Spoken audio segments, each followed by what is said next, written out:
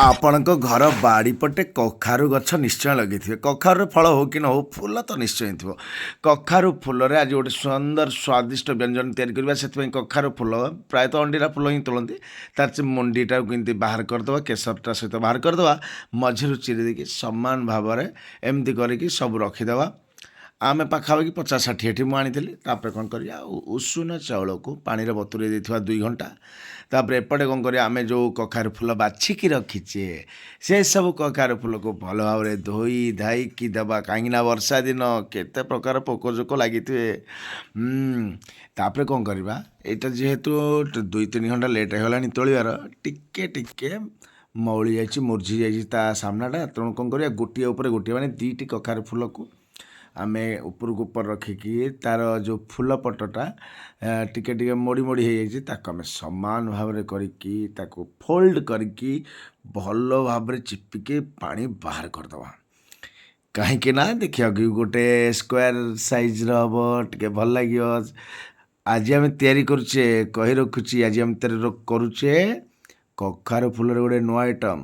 ପାଖାପାଖି କଖାରୁ ଫୁଲ ଭଜା ଟାଇପ୍ର, କିନ୍ତୁ ଏ ଟିକେ ଅଲଗା। ଆମେ ଏମିତି କଖାରୁ ଫୁଲକୁ ମାନେ କଖାରୁ ଫୁଲରୁ ପାଣିକି ବାହାର କରିକି ରଖିଦେବା। ଏ ଆଇଟମ୍ର ନାଁ ହେଉଛି କଖାରୁ ଫୁଲ ମୁର୍ମୁରା କୁରକୁରା। ଆମେ ଯେଉଁ ଚାଉଳକୁ ବତୁରେଇକି 2 ଘଣ୍ଟା ପୂର୍ବରୁ ରଖିଥିଲେ, ତାକୁ ଆମେ କ'ଣ କରିବା, ଗ୍ରାଇଣ୍ଡର ଜାର୍ରେ ରଖିଦେବା। ସେଥିରେ ଅଦା, କଞ୍ଚା ଲଙ୍କା, ଯେହେତୁ ପିଆଜ ରସୁଣ ଖାଉନି, ନହେଲେ ପିଆଜ ରସୁଣ ବି ଆପଣ ଆଡ଼୍ କରିପାରିବେ। ତାପରେ ଗ୍ରାଇଣ୍ଡିଙ୍ଗ କରିକି ଆମର ସେ ଆଣଟିକୁ ବାହାର କରିଦେବା ଗୋଟିଏ ଜାଗାରେ। ସେଥିରେ ମିଶାଇବା ବେସନ, ପାଖାପାଖି ବେସନ ମିଶାଇବା 10 ସ୍ପୁନ୍ ପାଖାପାଖି। ଯଦି ଇଏ ଗୋଟିଏ ଗିନା ହେବେ ତାହେଲେ 10 ସ୍ପୁନ୍ ପାଖାପାଖି, ମାନେ ସମାନ ହେବା ଦରକାର। ସ୍ୱାଦ ଅନୁଯାୟୀ ଲୁଣ, ହଳଦୀ ଗୁଣ୍ଡ, ଲଙ୍କା ଗୁଣ୍ଡ, ହେଙ୍ଗୁ, ଗରମ ମସଲା ପାଉଡ଼ର,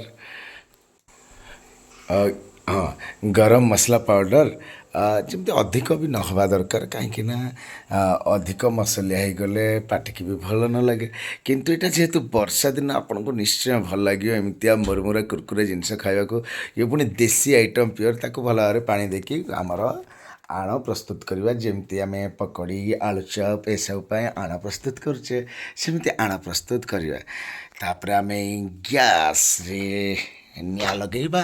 ତାପରେ ଆମର କଡ଼େଇରେ ତେଲ, ରିଫାଇଣ୍ଡ ତେଲ କି ସନଫ୍ଲାୱାର ତେଲ ଦେଇ ଗରମ କରିବା।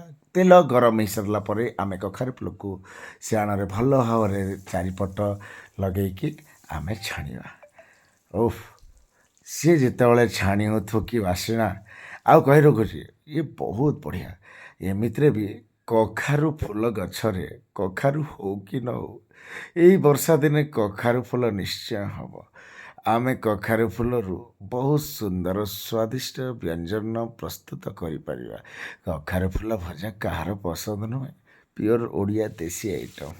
ଆଜି କିନ୍ତୁ ଇଏ ଟିକେ ବଢ଼ିଆ ଲାଗିବ, ଛୋଟ ଛୁଆଙ୍କୁ ତ ବହୁତ ଭଲ ଲାଗିବ। ସସ୍ ସାଙ୍ଗରେ ଖାଇବେ, ସସ୍ରେ ଟମାଟୋ ସସ୍ରେ ଖାଇପାରିବେ, ବହୁତ ସୁନ୍ଦର। ଥରେ ଟ୍ରାଏ କରିକି ଦେଖନ୍ତୁ। ଏମିତି ନୂଆ ଦେଶୀ ରୋଷେଇ ଭିଡ଼ିଓ ଦେଖିବା ପାଇଁ ଆମ ଚ୍ୟାନେଲକୁ ସବସ୍କ୍ରାଇବ୍ କରନ୍ତୁ, ଲାଇକ୍ କରନ୍ତୁ, ସେୟାର କରନ୍ତୁ। ଜୟ ଜଗନ୍ନାଥ।